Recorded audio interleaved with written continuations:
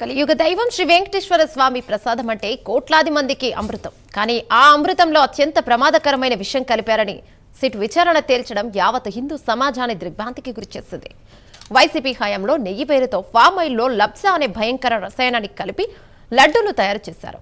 ఈ లబ్సాను టాయిలెట్ క్లీనర్లు, డిటర్జెంట్ల తయారీలో వాడతారంటే పరిస్థితి ఎంత దారుణంగా ఉందో అర్థం చేసుకోవచ్చు. చర్మంపై పడితే కాల్చేస్తే, పీల్చేస్తే ప్రాణాలకే ముప్పు తెచ్చే ఈ విషయాన్ని 5 ఏళ్ల పాటు కోట్లాది మంది భక్తుల కడుపులోకి పంపిన ఈ పాపానికి ఎవరు బాధ్యత వహిస్తారు? ఇది కేవలం కల్తీ కాదు, కోట్లాది మంది భక్తుల విశ్వాసంపై, వారి ఆరోగ్యంపై జరిగిన క్షమించరాని దాడి.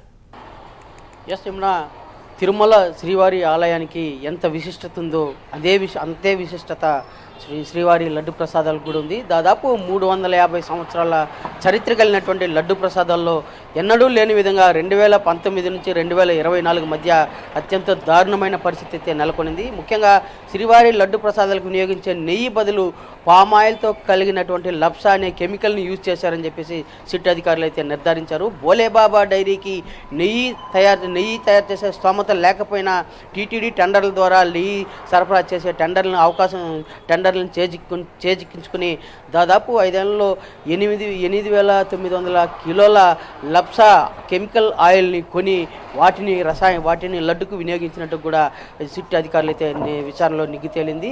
దాదాపు అంటే శ్రీవారి లడ్డు ప్రసాదాన్ని ప్రతి భక్తుడు అమృతంగా భావించి స్వీకరిస్తారు.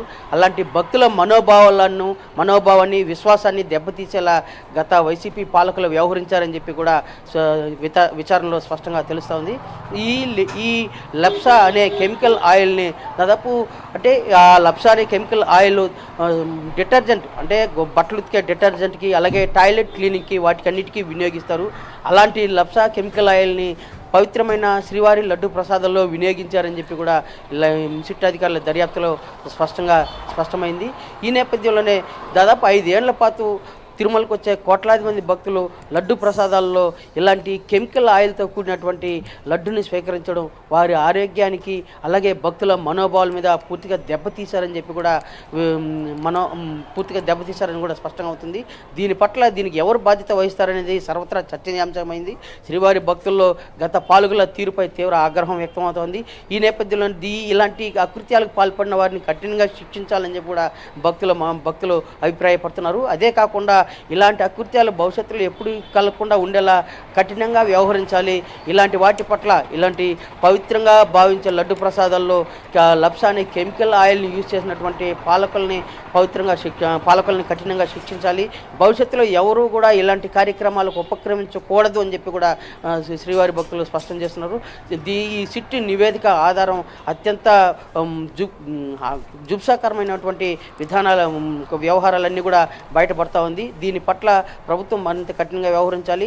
అలాగే ఇలాంటి స్వామివారి అంటే భక్తులకు మనోభావాలతో ముడిపడినటువంటి లడ్డు ప్రసాదాల్లో ఇలాంటి కల్తీకి పాల్పడినట్టు వారిని కఠినంగా శిక్షించి భక్తుల మనోభావాలను, విశ్వాసం పొందేలా వ్యవహరించాలని కూడా పదే స్పష్టం చేస్తున్నారు. ఆ దిశగా సిట్ అధికారుల విచారణలో కూడా మరిన్ని అంశాలు కూడా బయటపడే అవకాశం ఉందని కూడా స్పష్టంగా తెలుస్తోంది. ఏది ఏమైనా గత వైసీపీ పాలకులు శ్రీవారి లడ్డు ప్రసాదాలను కల్తీ చేయడమే కాకుండా భక్తుల మనోభావాలతో, విశ్వాసంతో ముడిపడిన అంశాలతో చెలగాటమాడారని చెప్పేసి కూడా తీవ్రంగా భక్తులు, శ్రీవారి భక్తులు అభిప్రాయం వ్యక్తం చేస్తున్నారు.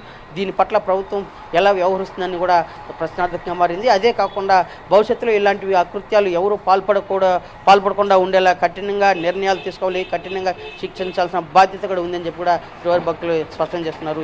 యమున. Thank you Ravi Varma.